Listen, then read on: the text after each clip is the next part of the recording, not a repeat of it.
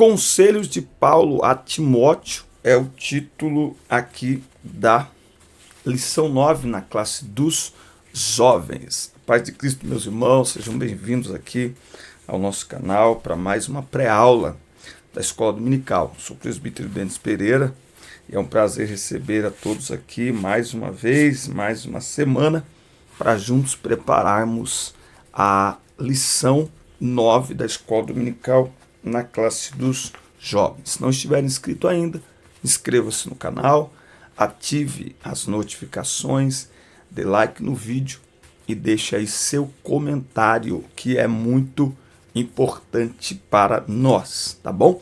Aqui na descrição dos vídeos você encontra todas as nossas redes sociais, você encontra aqui também na descrição dos vídeos o link para baixar material gratuito em PDF, você encontra o link para agendamento de pregações. Viajamos pregando a palavra de Deus, estaremos querendo Deus neste final de semana agora, na sexta aqui em Hortolândia, no sábado em São Pedro, domingo pela manhã em Itapira, domingo à tarde e à noite em São Carlos.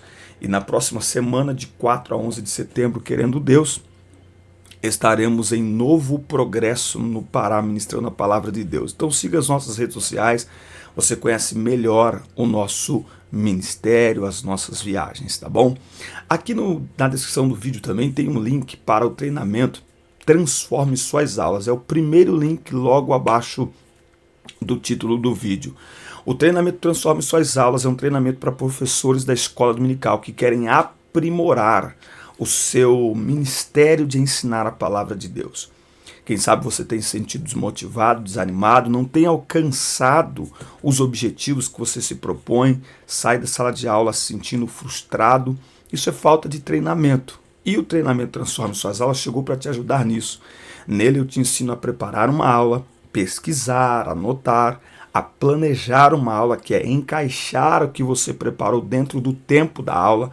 A maior reclamação dos professores é de tempo, mas o problema não é o tempo, é falta de planejamento e também algumas técnicas que você usa durante a aula, inclusive técnicas de ensino diferenciado, porque os alunos aprendem de formas diferentes. E olha que interessante, tem muito professor desanimado que ele fala assim: eu estou dando aula naquela classe há 5, 10 anos, já estou cansado, sabe, todo domingo a mesma coisa.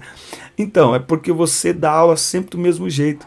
Quando você diversifica a forma de ensinar, você alcança os seus alunos de uma maneira mais eficiente e a aula se torna mais dinâmica para você também. Se você está cansado com as suas aulas, os seus alunos também estão. E não é preciso trocar de classe ou trocar de professor. É só você usar técnicas de ensino diferenciadas para que alcance alunos de forma diferenciadas, uma vez que alunos aprendem, alguns escutando, outros aprendem repetindo, outros aprendem discutindo, outros aprendem anotando. Então, conforme você ensina de formas diferentes, você alcança os alunos nas suas diferentes formas de aprender. Tudo isso muito mais com preço promocional de lançamento de R$ 199 por apenas R$ 49,90 para você assistir quantas vezes você quiser no conforto da sua casa, com acesso vitalício, incluindo as atualizações que eu farei ao longo de cada trimestre, tá bom? Conto com você, é o primeiro link na descrição. Ao adquirir o treinamento, você também investe no nosso ministério, na nossa família, na nossa casa. Pega aí a revista dos jovens e vamos falar então sobre esse tema, Conselhos de Paulo a Timóteo. Conjuro-te diante de Deus e do Senhor Jesus Cristo e dos anjos eleitos que, sem prevenção, guardes estas coisas, nada fazendo por parcialidade, tá? 1 Timóteo 5:21. O líder deve ser imparcial, sem se deixar influenciar por quaisquer fatores que o leve a favoritismos, tá? Então, o líder ele não pode agir com favoritismo nem com parcialidade, tá? Porque senão ele acaba fazendo acepção de pessoas, não dando o devido tratamento ou tratando de forma errada uma situação por conta daquela pessoa, por conta de um favorecimento a alguém diferenciado, tá? Então Paulo está aqui orientando Timóteo a maneira como que ele, enquanto jovem, obreiro e pastor, deve tratar os obreiros de sua igreja. A lição de hoje conclui o estudo da primeira carta de Paulo a Timóteo. Estudaremos a respeito da responsabilidade pastoral, de escolha dos presbíteros e da disciplina a eles aplicada. O apóstolo volta a advertir ao jovem pastor acerca da indispensável cautela para a ordenação desses líderes, apontando para a necessidade de um tempo de observação para conhecer eventuais pecados do candidato, assim como para a ciência inequívoca de suas boas qualificações. Tá? Então é muito interessante que se espere o tempo certo quando você vai sugerir aí o ministério para um obreiro. Não é? Então, primeiro sirvam para depois serem reconhecidos pela igreja. Não é? Eu costumo dizer que a credencial ela é resultado ela é reconhecimento de um ministério já existente. Né? A coisa mais linda na vida de um obreiro, quando ele recebe a credencial, é a sua igreja local vibrar e se alegrar, porque já reconhecia nesse obreiro aquele ministério. Não é? É lindo quando um diácono, ao receber a credencial de diácono, a igreja referenda essa credencial, como quem diz assim, a gente já sabia, isso aí era só uma questão de tempo. O presbítero também. Triste é quando a credencial não vem por resultado de trabalho, por resultado de ministério já exercido. Então, no reino, reconhecimento vem depois do trabalho, até porque senão não é reconhecimento, é favoritismo, é qualquer outra coisa, não é? Então, título no reino é reconhecimento de trabalho exercido. Então, a gente não espera receber o título para exercer a função, ou ministério, ou chamado, ou atividade, não. A gente serve onde Deus nos chama e servindo a igreja olha, identifica e diz, vamos reconhecer esse ministério deste obreiro. E isso deve ser feito sem pressa, sem atropelos, sem pular degrau, sem puxar tapete de ninguém, tudo no seu devido tempo. Não é uma corrida empresarial, não é? É muito comum as pessoas perguntarem para quem é diácono, mas você ainda é diácono, né? Aí você vai para o presbitério, mas você ainda é presbítero. No reino não existe isso. No final das contas, todos nós somos chamados para servir. Muito bem, tópico 1, ele vai falar sobre o julgamento dos presbíteros, tá? Ele vai falar aqui sobre o julgamento dos presbíteros. Eu não me coloquei aqui do lado, vou me colocar agora para mostrar aí a revista para vocês. Vamos lá, tá? Isso, o julgamento dos presbíteros. Sem pré-julgamento ou parcialidade. Timóteo tinha a missão de observar a conduta dos presbíteros e fazer o devido juízo para a honra ou repreensão. Então Paulo responsabiliza solenemente quando ele diz, conjuro-te diante de Deus, do Senhor Jesus Cristo e dos anjos eleitos. Tá? O juízo deveria ser exercido sem prevenção, isto é, sem pré-julgamentos ou motivações subjetivas. Não é? Então você não pode julgar um presbítero, eu ouvi falar, por conversinhas, por fofoca. Não. O julgamento de um presbítero deve ser imparcial, sem se deixar influenciar por qualquer fator que leve aí ao favoritismo, tá? Sem nenhum tipo de pré-julgamento. No versículo 17 do capítulo 5, o apóstolo prevê a retribuição especial para os pastores, que os pastores locais deveriam ter em conformidade com o trabalho prestado. Os presbíteros que governassem bem deveriam ser estimados por dignos de dupla honra. Isso inclui a remuneração pelo trabalho, como está explícito no versículo 18, no qual Paulo usa a figura aí do boi que debulha. Tá? Então é muito interessante o cuidado, a honra devida com os obreiros, né? Com os presbíteros, principalmente aqueles que trabalham na palavra e na doutrina, pregando e ensinando as escrituras, porque uma das características aí dos presbíteros é que sejam aptos para ensinar, tá? Eu até costumo questionar, perguntar por que muitas vezes na classe dos adolescentes, na classe dos jovens, quem ensina não são os presbíteros, né? Os presbíteros, eles deveriam estar nestes ambientes, né? Nem sempre quem deve ensinar é o líder de adolescentes, principalmente se ele for um novo convertido, principalmente se ele não tiver conhecimento bíblico. Por quê? Porque é uma fase extremamente sensível, né, frágil, e que precisa de um ensino mais sólido, né? Então, o fato é que os presbíteros, uma das suas características é aptos para ensinar. E esse apto para ensinar não é só em profundidade bíblica, é também na habilidade de ensinar, na capacidade de ensinar, tá? Então, as pessoas que se dedicam, os obreiros que se dedicam à palavra, deveriam ser ainda mais honrados, não é? Parece que Paulo faz até uma distinção aqui, como quem diz, olha, porque tem uns que é só decorativo, né? Então você olha assim e fala, tem 10 presbíteros ali, mas é só decorativo. Se o pastor mandar ir dirigir uma igreja, não quer. Se o pastor mandar dar aula na IBD, não quer. Se o pastor manda evangelizar, não quer. Aliás, o pastor não tinha que mandar. Eles deveriam trabalhar, porque estão em uma posição que deveriam fazer isso, não é? O texto não abona, contudo, que haja um pastor dirigente que cuide somente de questões administrativas e não ensine a igreja, pois é a exposição da palavra o que realmente identifica a essência da missão pastoral. Então, a essência pastoral é identificada exatamente pelo ensino da palavra, tá? Nós, no meio pentecostal, fala para mim como que é aí na sua igreja. Começando por você. Você, professor da classe dos jovens, você deve liderar os jovens, sim ou não? Escreve aqui para mim nos comentários. Responde aqui para mim, se você lidera aí os jovens da sua igreja. Deixa eu perguntar para você. Neste ano, nós estamos terminando aqui o mês de agosto.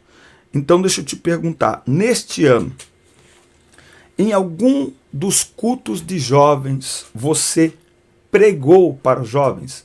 Mas quando eu falo de você pregar para o seu departamento, não é pregar porque o pregador não veio, né? Não é pregar naquele devocional porque não tinha ninguém. Não, de forma intencional. Quantas vezes no ano você prepara uma mensagem para você pregar ao seu departamento? Eu não sei quem criou essa cultura entre nós, que pregação, na maioria das vezes, é para quem vem de fora. O local tá ali só para montar o ensaio, tal, organizar o culto. Você não prega para os seus jovens? Ora, gente, é o maior laboratório. A maior, como que fala? A maior necessidade que existe hoje, a maior procura que existe hoje é por pregadores para jovens e para adolescentes. Pega isso aqui, isso é um corte, hein? Existe hoje uma procura altíssima por pregadores para jovens e para adolescentes. No entanto, a demanda de pregadores é baixíssima. É tipo 10 para 1. Uma das maiores dificuldades dos líderes de juventude na igreja, adolescentes e jovens, é encontrar pregadores que preguem para jovens e adolescentes com a linguagem deles, que se identifiquem com eles. E aí, os líderes precisam se perguntar, será que vocês não estão perdendo a oportunidade de serem preparados por Deus enquanto exercem a liderança para atender essa demanda? É isso mesmo. A liderança, ela é também um laboratório onde descobrimos e desenvolvemos habilidades. Então, enquanto você lidera, você vai aproveitando e criando oportunidades para ir falando com eles, porque você está com eles todos os dias. Se você falar de uma maneira que não deu certo, se você errou aqui e ali, você pode ir ajustando, porque você já está com eles. Entende? Então a liderança, ela é um laboratório para treinamento de obreiros, para treinamento de pregadores. Pega essa que é de graça, tá bom?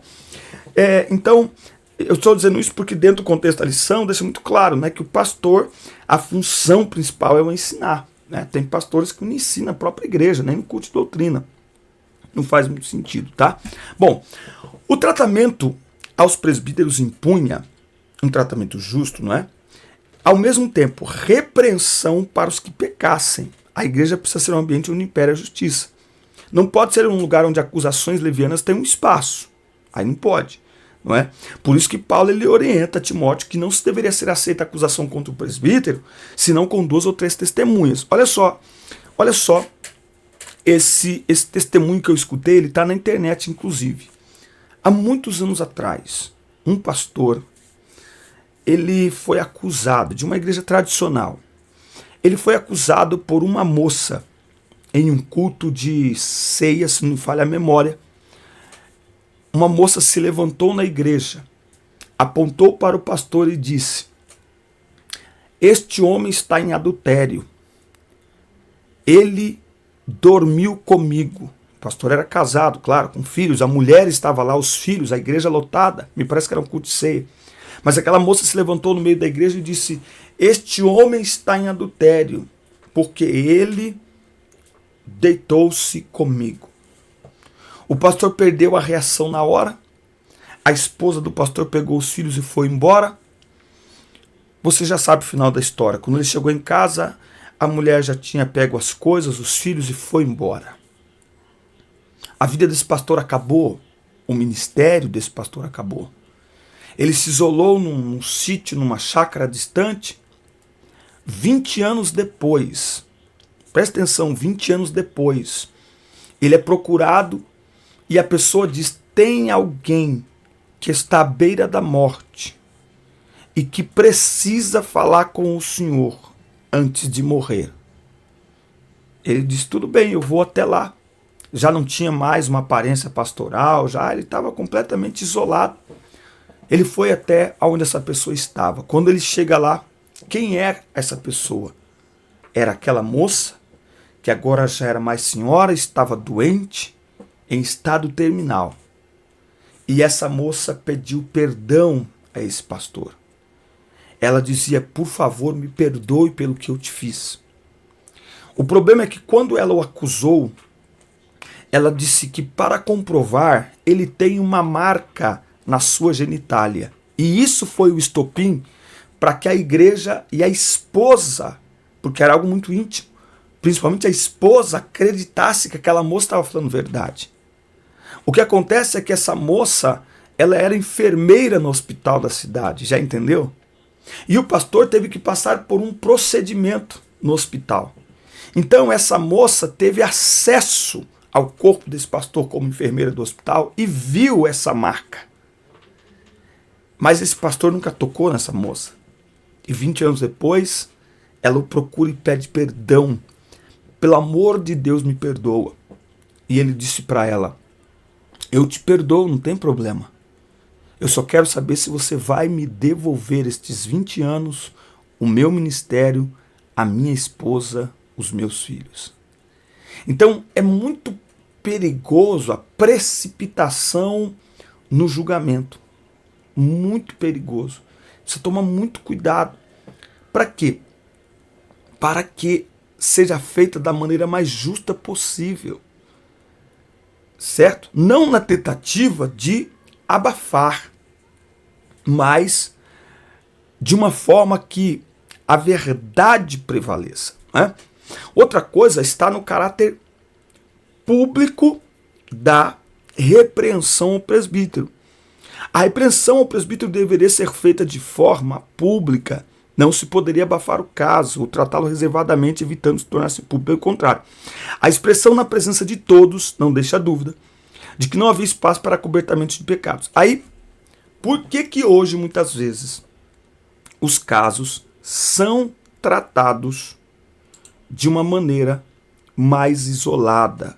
Tá? Fala para mim aí na sociedade, não sei como é que é. Mas hoje se trata de uma maneira muito isolada. A ideia não é acobertar o pecado. Não é? A ideia é que hoje a igreja está muito exposta. Tá? Lembra que num tempo em que nem televisão não tinha, a porta lateral da igreja no culto de ceia, no culto de ensino ficava fechada? Então nesse tempo expunha as pessoas, não só os obreiros, qualquer membro ficava exposto quando pecava. Hoje, falta muito temor nas pessoas e a igreja está muito exposta. Então, por isso, muitas vezes, que é tratado não só um presbítero, um obreiro, como qualquer membro da igreja, o pastor trata a questão e depois ele apresenta a igreja de uma maneira que não exponha a pessoa para preservar a pessoa e para preservar a igreja também, tá? Para preservar a igreja também. O fato é que precisa haver um tratamento, tá?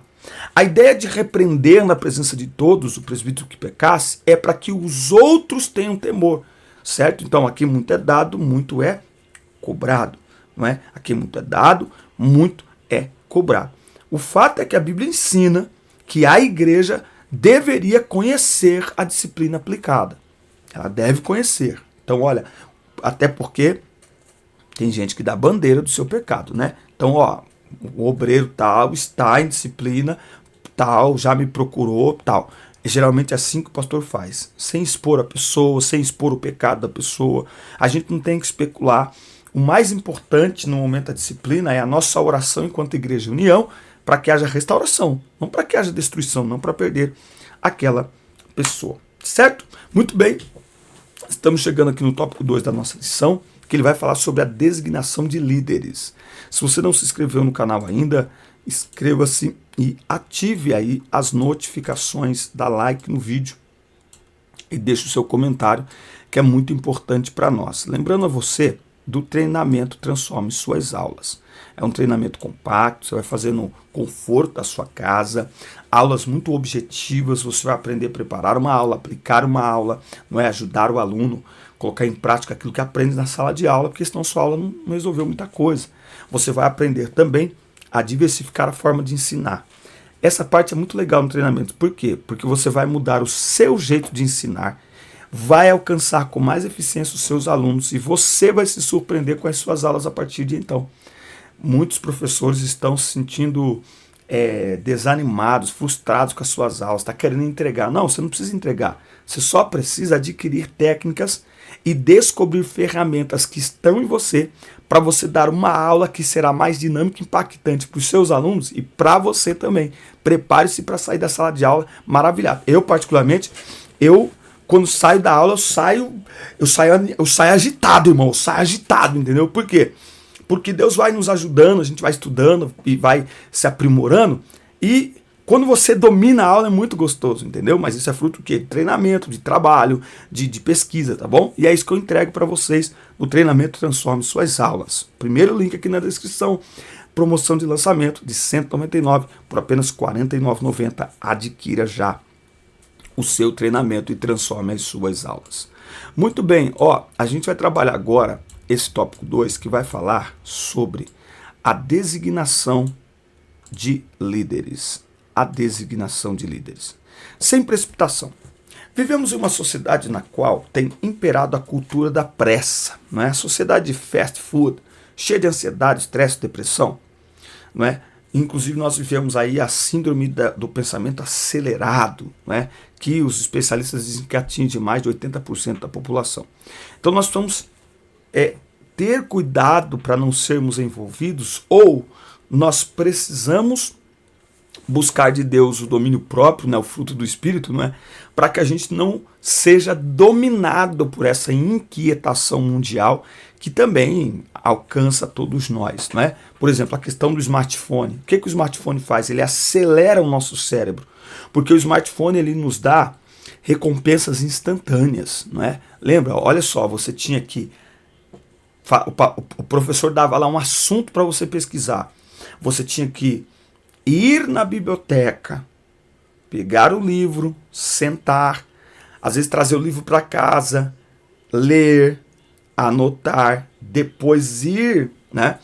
Hoje com o smartphone e agora com a inteligência artificial, com uma palavra você recebe um texto pronto. Então, o que é isso? É o pensamento acelerado, é a recompensa instantânea, o resultado instantâneo. Então, mais do que nunca, nós precisamos do quê? De domínio próprio, para nós não deixarmos ser dominados por essa correria. Porque, principalmente no aspecto da administração eclesiástica, é interessante ser cauteloso. Não é? Ele ordena aqui, inclusive, para Timóteo não impor precipitadamente as mãos sobre ninguém. Tá? A ordenação de obreiros precisa ser fruto de um processo rigoroso de observação de condutas, visando identificar as qualificações previstas no capítulo 3 em 1 Timóteo. Estamos falando aqui para líderes de jovens, eu vou usar aqui essa parte da lição para colocar aqui alguns escândalos que têm acontecido ultimamente envolvendo quem? Envolvendo pessoas famosas nas redes sociais. O que acontece?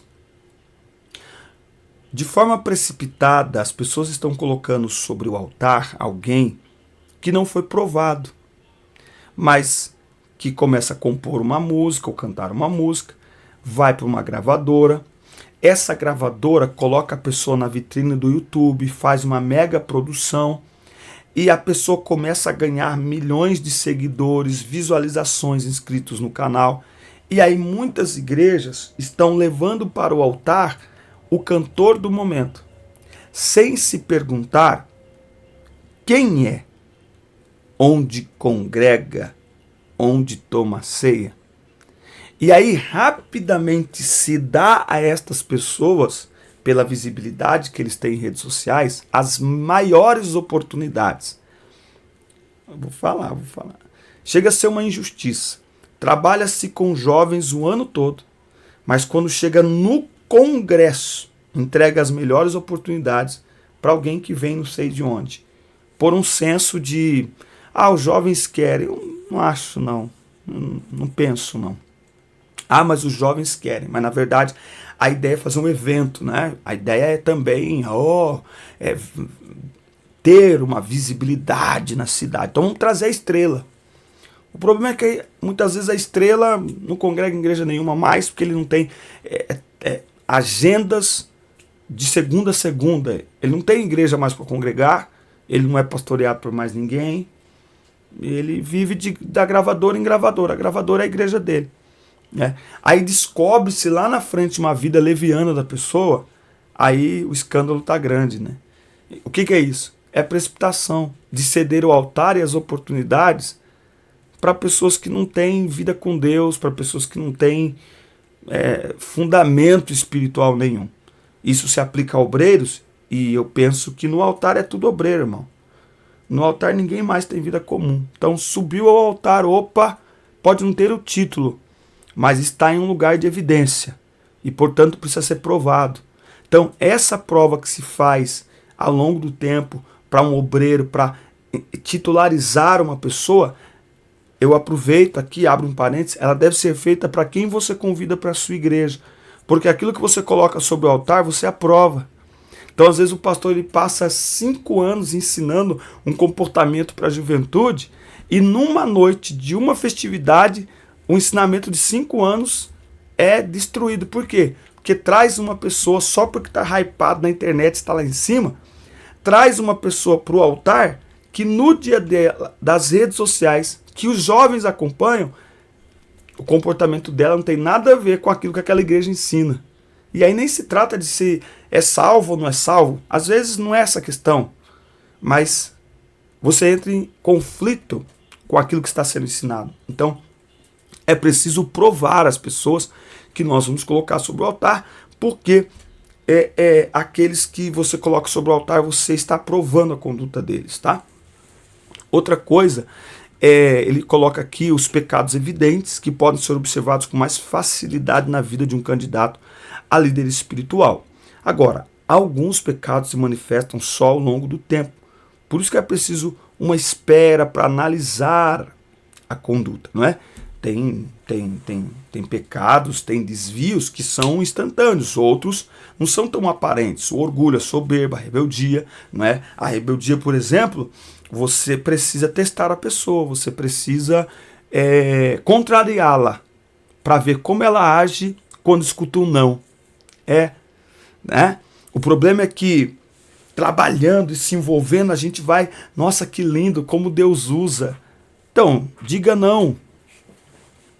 Diga não. Os pastores antigos falavam assim, tem que comer 1 quilo de sal comigo, né? Para depois, vamos ver se serve mesmo.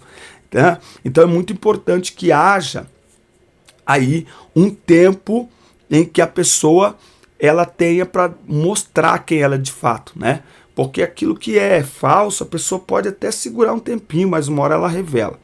Da mesma forma que os pecados, também existem boas obras que facilmente são percebidas.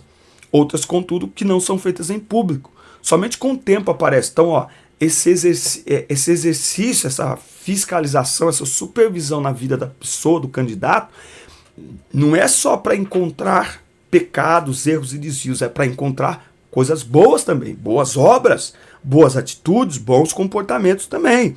E da mesma maneira que existem erros, alguns aparentes, outros que vão demorar mais tempo para aparecer, da mesma maneira, qualidades, atributos, características da pessoa, da mesma forma, elas, muitas vezes, elas não aparecem de um dia para o outro. Demora tempo para a pessoa revelar o seu coração, que tem boas intenções, intenções puras, não é? Então, por isso que é importante esperar com paciência, para que os verdadeiros frutos apareçam, sejam bons ou sejam maus. Então é preciso ir devagar, é preciso segurar às vezes um pouco, é preciso pedir para sentar um pouco e tal. Para quê? Para que a pessoa revele de fato o seu coração, tá certo? Muito bem, tópico 3, ele vai tratar aqui de uma questão polêmica, que eu já li aqui e já vi qual é a conclusão que ele chega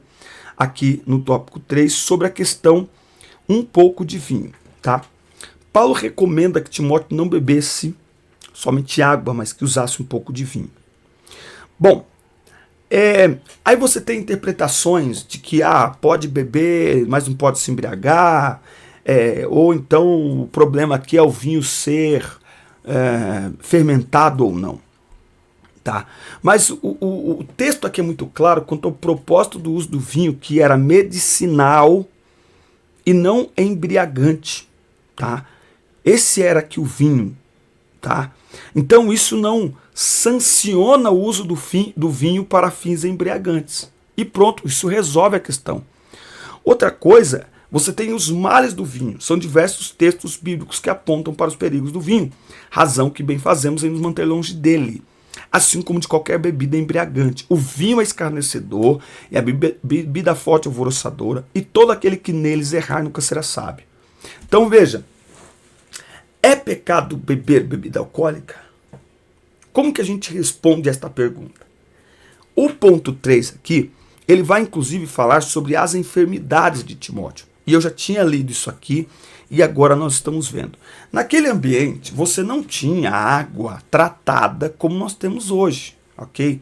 A água vinha das cisternas, vinha das fontes, né? Cisterna, muitas vezes a água ficava parada lá. E ao que tudo indica, Timóteo tinha alguns problemas estomacais. E se você der uma pesquisada, você vai encontrar que nas festas, nas casas, você tinha lá as talhas com água, certo? Você tinha talhas com água. Tinha talhas na porta para lavar os pés e tinha talhas espalhadas pela casa, pela sala, enfim, para que as pessoas pudessem beber água. Talhas de pedra, cabia lá dentro 30, 40, 60 litros de água, certo? E geralmente, principalmente durante as festas, você tinha ao lado das talhas de água uma talha com vinho, tá? E para que Paulo fala para Timóteo, mas não bebas só água, tome também um pouco de vinho, porque Timóteo tinha problemas gástricos, talvez até pela má qualidade da água.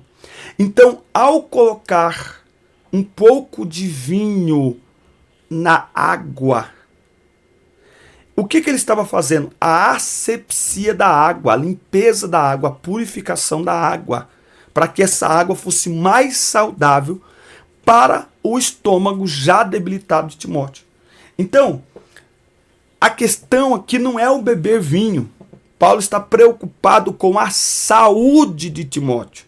Então, em momento nenhum, há aqui espaço para dizer, pode beber socialmente. Aliás, é leviano falar que não tem problema beber socialmente. Que o pecado é se embriagar. Por quê? Como alguém se embriaga? É no primeiro gole? Não, mas é de gole em gole. E o Jesus que liberta do litrão, liberta do golinho, não é? Outra coisa, esta pergunta, ela é mais ampla do que é pecado ou não é. Quais são os ambientes da bebida? Então, Por que é leviano falar que beber socialmente não tem problema, que o problema é se embriagar? Ah, mas é que lá na Espanha, em Portugal, é normal as pessoas beberem, não sei o quê. Primeiro que dentro da história da igreja, principalmente história brasileira, milhares e milhares de pessoas que estão na igreja hoje foram libertos da bebida.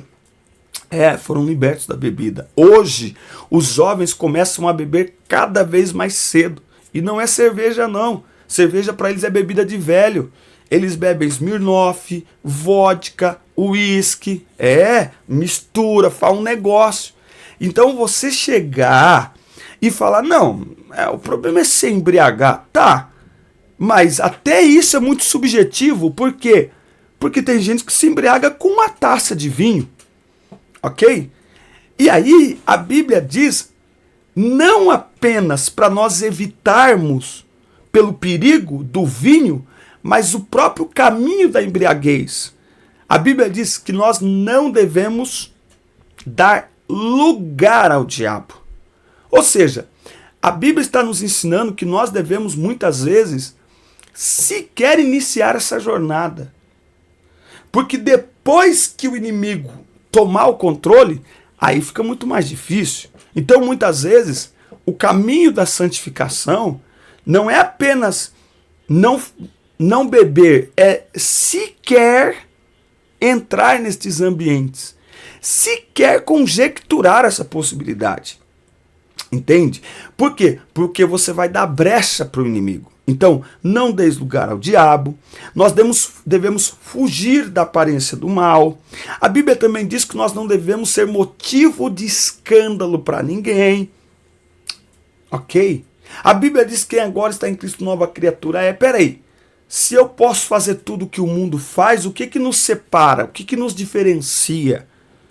Então, não cabe ao cristão beber de qualquer forma.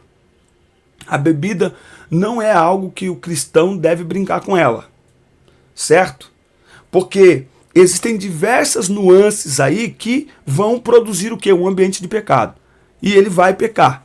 Então, não tem como, certo? Então tem o escândalo. Imagina, saindo da igreja, falar para os jovens, a gente se encontra lá, aí a gente acabou de sair da igreja. Pega, para o carro na frente do quê? Começa na padaria, daqui a pouco tá numa boate, na casa noturna. Então você vai falar que não tem problema? Não tem problema, pastor. Né? Gente, só tomou umas 2 doses, só tá de boa. Então que Deus nos guarde, certo? O que fica evidente aqui é Paulo procurando mentorear e cuidar de Timóteo, preocupado inclusive com a sua saúde física, né? Então para Paulo era muito humano. Paulo não trata apenas a questão espiritual com Timóteo. Paulo está tratando de questões pastorais com Timóteo, mas demonstra uma preocupação com o estado de saúde de Timóteo e dá a ele orientações para que ele se cuide. Afinal de contas, a obra era grande e Timóteo precisava estar bem para cuidar bem da obra do Senhor. Isso mostra o quê? Um sinal forte da afetuosidade que havia entre Paulo e Timóteo, até porque eles se tratavam como pai e filho, não é? Então por isso que Paulo tinha toda essa preocupação. Tá certo, meus amigos? Essa foi mais uma aula aqui do nosso canal. Obrigado por nos acompanhar até agora. Assista, curta, compartilhe, inscrevam-se no canal e até o nosso próximo encontro. Deus abençoe todos vocês. Forte abraço. Deus abençoe.